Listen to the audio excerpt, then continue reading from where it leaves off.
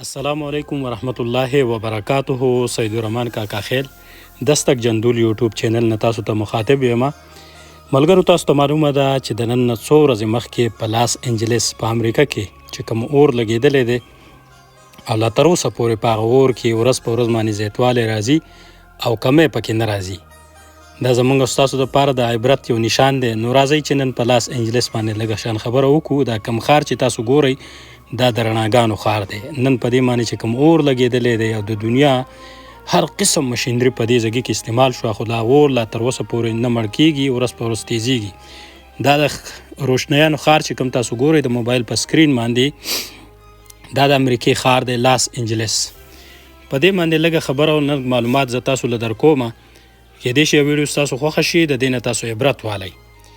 د لاس انجلس په خوا او شا کې چې کوم اور لګېدلی دی چې دا په څه وجه لګېدلی دی او دا د تر اوسه پورې دا د ختمېدلو دا کومې کوششونه چې دي دا ولې کارآمد نه راځي. حالانکه په دې کې هر قسم مشینري استعمال شوه، اوبه پکې استعمال شو، ګیسونه پکې استعمال شو، پوډر پکې استعمال شو، خو نن دا ښار دا مکمل طور باندې تاسو ګورئ دا مکمل د ایرې یو ډیر جوړ شوی دی. دا بلند بالا چې کومې دغه تاسو ګورئ د اور دا شعلې دا بالکل د مړه کېدلو د ختمېدلو نام و نشان نه اخلي. دا مکمل طور باندې دا ښار ملیامید شوی دی، د ایرې یو ډیران جوړ شوی دی. دا ګورئ تاسو په دې کې ډیر داسې اداکاران دي، تقریبا وایي چې 2700 اداکارانو په دې کې کورونه موجود دي. او لاس انجلس چې کوم تاسو ګورئ دا اوږده اوږده غټ غټ بلډینګان، دا ښایسته ښار، دا د رڼاګانو ښار، په دې کې نن مکمل طور باندې خاموشي ده. ګورئ مکمل طور باندې تاسو ګورئ دا ښایسته او زبردسته ښار. دا هالیوډ دا په غر باندې یو ساین بورډ لګېدلی چې د ډېر لرې نه په نظر راځي. او دغلته د فلمي اداکارانو کورونه و، هغه ټول کورونه مکمل طور باندې ختم شوي دي، الا ماشاءالله صرف او صرف د یو کس نیم کور چې هغه بچ پاتې شوی دی، په هغې کې د الله پاک خپل یو حکمت یو بصیرت و. دا د رڼاګانو ښار چې تاسو ګورئ دا لاس انجلس دی او په دې کې د هر قسم سهولتونه شته دی، په دې کې هر قسم آرایشونه شته، په دې کې د دنیا مالدار ترین خلک په دې ښار کې پاتې کېږي. او دا تاسو ګورئ یعنې په دې وخت کې دا د ښار پوزیشن دی کوم چې د ورانېدو نه مخکې و. د دې ځای سټرکچر که تاسو وګورئ، د دې ځای دا بلډینګونه، دا کورونه، دا سهولتونه که تاسو وګورئ، نو دا د اور د لګېدلو نه مخکې دا پوزیشن و. دې وخت کې چې کوم دی نو زه تاسو ته لښیم چې د لاس انجلس چې کومه هسټري ده دا زه تاسو ته لږ شان بیانوم. د دې ښار 1290.6 مربع میل باندې دا پروت دی. دا ښار ټوټل چې کوم دی 1290.6 میل باندې دا خوره ده دا ځمکه. د دې ښار ټوټل آبادي 88,98,747 افرادو باندې مشتمل ده. په دې ښار کې د مختلفو مذاهبو خلک موجود دي چې پکې کرسچن شته، بودمت والا پکې شته، بود پیروکار پکې دي، مسلمانان پکې دي.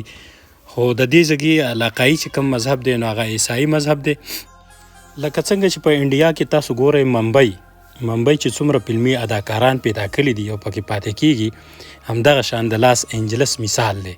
په دې ځای کې ډېر داسې اداکاران دي چې هغه لاس انجلس پیدا کړي دي، د هغوی دلته کورونه دي، د هغوی دلته بنګلې دي، د هغوی تقریبا 2700 اداکاران په دې ځای کې موجود دي.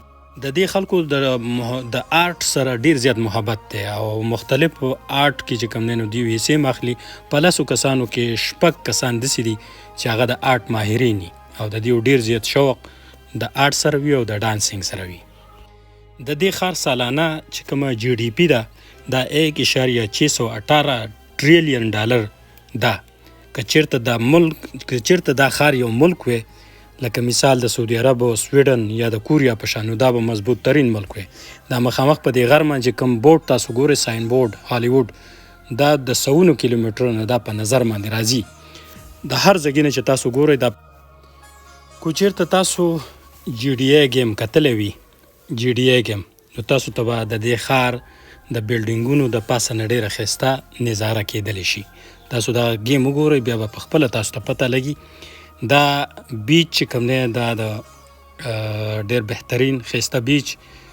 دې بیچ ته خلک په زرګونو خلک په لکونو خلک راځي. دلته ډانسینګ پارټۍ نه کیږي او د هغې نه علاوه دلته ښایسته زبردسته هوټل دی، 5 سټار هوټل پکې وي. هغه هوټل ته هم ډېر خلک راځي، ډېر ګران هم وي. په دې ځای کې چې دا کم تاسو ګورئ دا د امریکې د ټولو نه ښایسته او غټ میوزیم دی. په دې میوزیم کې په لکونو ځناور د هغې هډوکي پراته دي او هغه هډوکي داسې چې د نن نه 100 کاله مخکې دغه د دنیا نه ناپید شوي، ختم شوي دي. دلته دغه هډوکو هغه هډوکي به تاسو ته میلاویږي په دې میوزیم کې. په لکونو دغه هډوکي به دلته موجود دي. د دغه ځناورو د خلک ټیکټ اخلي او بیا دغه میوزیم ته دننه نوځي. خلک راځي په دغه میوزیم کې مختلف سیلګري په دې سیلګرو کې امریکا، د چاینا، د جاپان، د چاینیز، جاپانیز کې خلک ډېر خلک په غټ تعداد باندې موجود دي. چې کوم بلډینګ ته دا خلک ډېر ته ښه دې بلډینګ ته ویل شار ګرینډ بلډینګ ویل کېږي. د دې 73 منزلونه دي. د دې بلډینګ 73 منزلونه دي. دا تقریبا 1100 فوټ دا اوږد دی او په دې کې سویمنګ پول هم شته، په دې کې 5 سټار هوټل هم شته، په دې کې ډانسینګ هال هم پکې دی او دلته د هر قسم خلک راځي. مالدار ترین خلک دلته راځي. هر قسم سهولتونه په دې ټاور کې دلته موجود دي. د کال 365 ورځې دلته خلک ګرځي راګرځي او تاسو ته هر ځای کې په نظر راځي. د دې ځای په خوراکونو کې د لاس انجلز په خوراکونو کې د ټولو نه پسندیده خوراک برګر دی او پیزا پکې ده. دلته بیا د پاستې شوقیان پکې ډیر دي او فاسټ فوډ پکې ډیر زیات چلیږي. پری ډیلیوري ده. بیچ ډیر زبردسته بیچ دی، بهترین خلک د هر ځای نه راځي او د دې ځای د موسم نه هغه انجوای کیږي. په دې ښار کې د 15 کالو پورې ماشومانو باندې د هر قسم سیګریټ نوشي، د نشې او د داسې کارونو د شراب نوشي دا مکمل پابندي وي. په لاس انجلس کې د هر قسم شراب، منګترین شراب به تاسو ته میلاویږي په اسانۍ باندې. دلته چې دا کم ډاون ټاون کې تاسو دا ګورئ دا سورنګ تقریبا 11 کیلومتر دا اوږد دی او پخوا داسې ویلی کېدل چې دلته به قیدیان کله راوسته نو په دې لار به یې راوسته. بیا دید کې به اکثر چې کله څوک مړه شو نو هغه به دلته دفن کول. نن دې ته څوک نه ځي، خلک یېرېږي او وایي چې داسې ویلی کېږي چې کله څوک یو ځل لاړ شي بیا هغه دوباره بیرته نه راوځي. دلته په لاس انجلس کې یو نیشنل پارک هم موجود دی چې په هغې کې د هر قسم ځناور میلاویږي او ټیکټ به اخلي، دننه به ننوځئ او بیا به تاسو ته په دغه د ښایسته غرونه، دلته سرسبز و شاداب میدانونه، ډنډونه، ښارونه، دغه ټول هر څه پکې موجود دي او دلته د اولمپیک گیم هم 2 ځل منعقد شوی دی. په لاس انجلس کې د ټولو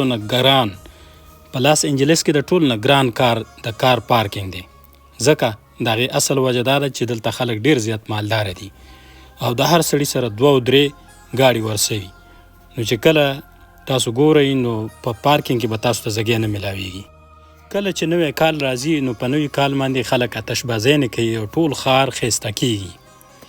دلته د ټولو نه پهش فیسټیول چې کوم هیکولین ورته ویلی کېږي چې په هغې کې بغیر د کپړو نه جینکۍ راځي او دغلته د خپل جسمونو نمایش کوي او ټوله شپه دغه ځای کې خلک موجود وي.